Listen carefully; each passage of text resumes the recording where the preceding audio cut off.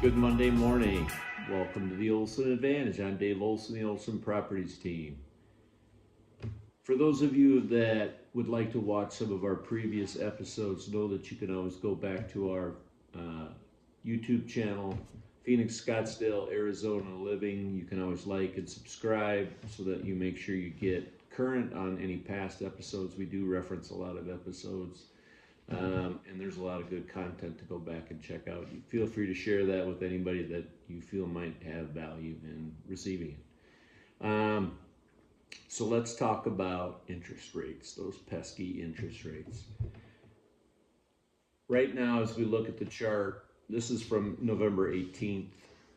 They were at 7.08%. Today, we're sitting at December 2nd. Rates are now 6.5%. FHA is 6.125. So they are pulling back a little bit. We'll show you what changes in interest rates are doing for activity levels. A lot of people are sitting on their hands.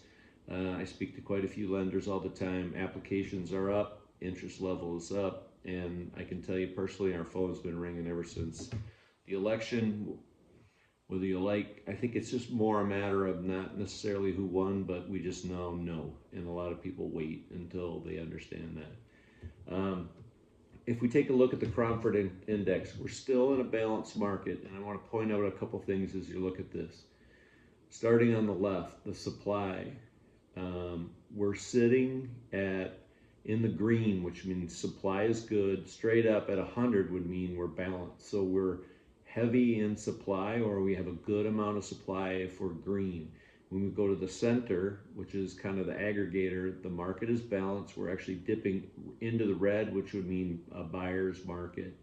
And then we look at demand. Demand is soft. It's the softest number up there at 76.8.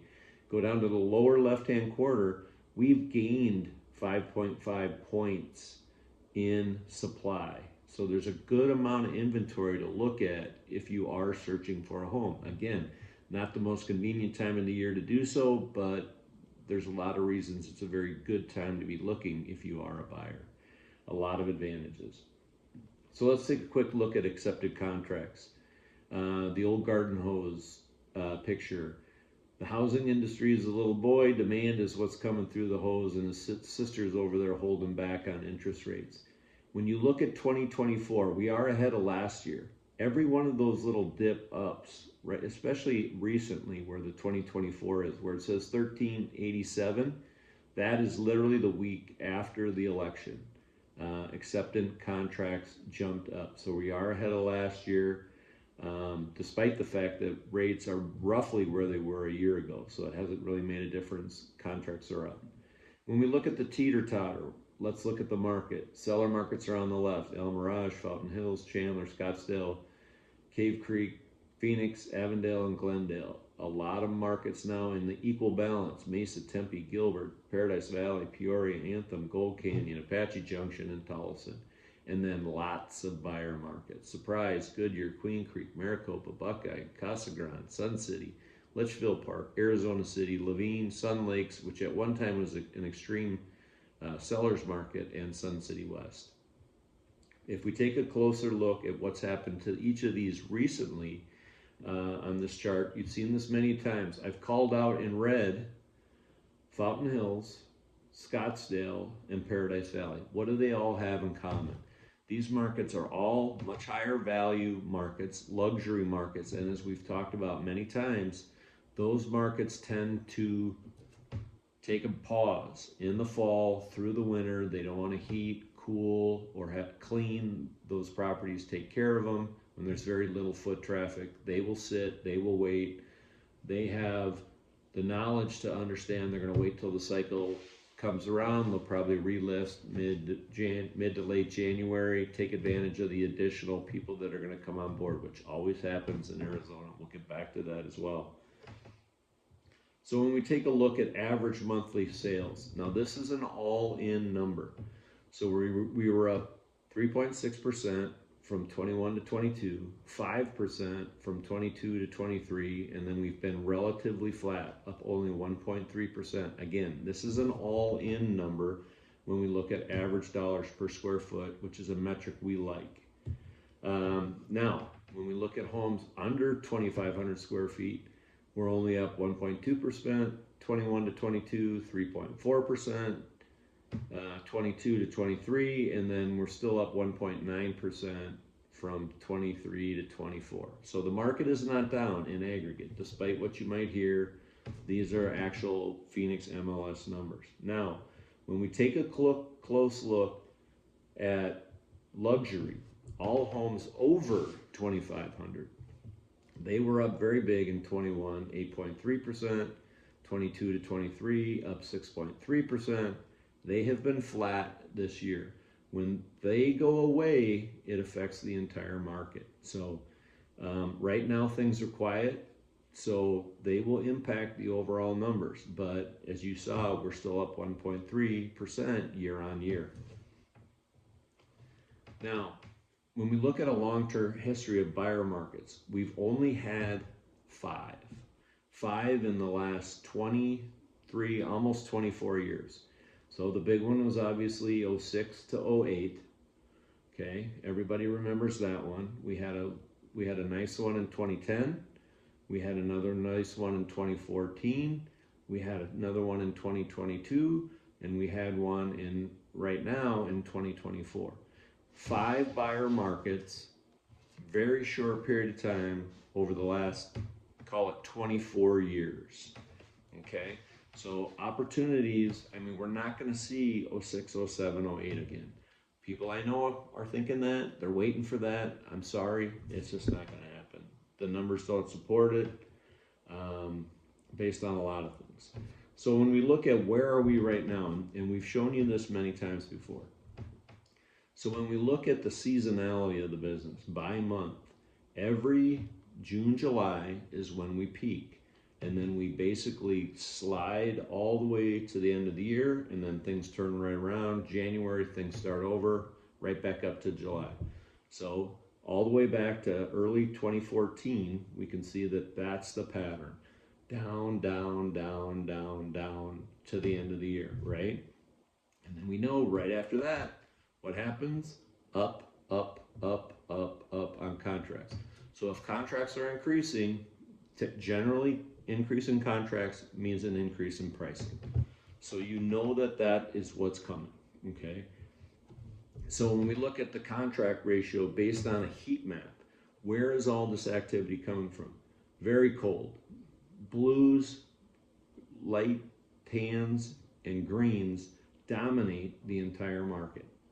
Okay, so when we look in aggregate, again, this is an all-in slide, but when we dial in to entry-level price points, like this slide, so this is everything between $250,000 and $400,000. There's still a good amount of activity. It is a much hotter price point, so there is more activity. Now, some of these areas are dominated by entry-level manufactured housing, as well as homes that are spec homes in the outlying areas. So down in Santan Valley, down towards the Levine area, up in the extreme north west, and then out towards Buckeye and Goodyear. So some of that is being dominated right in between 300 and 400,000, new construction and specs. When we look at price reductions, this is another timely one to look at. We can see that when we hit November, and that's represented by each of those bars in 22, 23, and 24, that's kind of where price negotiations peak, are November into December. They bottom at the beginning of the year, and for most part, they stall. So peak negotiation time is right now between the end of the year as well. Now, when we look at concessions, we're still hanging around 50% of all contracts are seeing some sort of concessions. When we look at the amount of concessions through the month of November, we're still at $10,000. That money is not coming right off the top. Most of that money is funding things like rate buy downs and incentives and closing costs being paid by the seller on behalf of the buyer. It's not coming off the top line number. Somebody wants $400,000 for their house. It would appear they're going to get that. That's below the line. That's numbers that you're not going to see. Where are those concessions most predominant? They're sitting still. The sweet spot. It's 63 to 68% of them are between the $300,000 to $500,000 price range. Okay, so they're spread amongst all price points, but they're predominant. 63 to 68% of them are in that $300,000 to $500,000 price range. Now, when we look at negotiations, this is the number this is where I started to list my price, $400,000. People now, on average, are getting 97.9% of their original asking price. Okay, so they're only losing about 2% relative to asking price across the board. We're still having people getting paid over asking price if they're super nice, super clean, up to date, no issues, nice roof, new AC.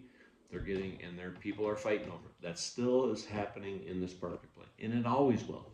Even when there's blood in the street, the nicest, cleanest, best showing houses always sell for a premium, and they always will. So what does that mean in aggregate? So average sales price per square foot is up only 1.3%. Now, again, we average up to 5%. So that is still good for buyers. Median sales price is at $455 year on year, which is up only 3.4%. Again, we average up to 6%, 5 to 6%. So that's still good for buyers. Sales over asking price is down to only 15.5%. That is not good for buyers. You'd like to see that flat or down even more. Seller concessions are up 5% year over year. That's good for buyers. Seller concessions, $9,600 versus $10,000, up another $400. That's good for buyers. Sales price to list price ratio is up only 0.2%. That's good for buyers because we're still in a 97.9. We're not up to 100, 101 or 2%, which we were in 21 and 22. And median days on market is sitting at 37 days, which is good for buyers. They don't feel pressured. They feel like they have time. If you're a buyer, we'd love to help you. We have the time. We're very busy, but now is the time to be out. There's less hectic. It's less hassle. You're going to get more than if you wait till the spring and early. It's going to be a more competitive situation, and we are going to see lower interest rates coming. Not significantly, but we're going to probably get close to 6. If we see anything with a 5 in it, it's going to be ugly. Hopefully you found this useful. Again, if you ever have any questions, know that you can text me directly at 623-570-4464. Thanks so much. Make it a great day, and have a great holidays.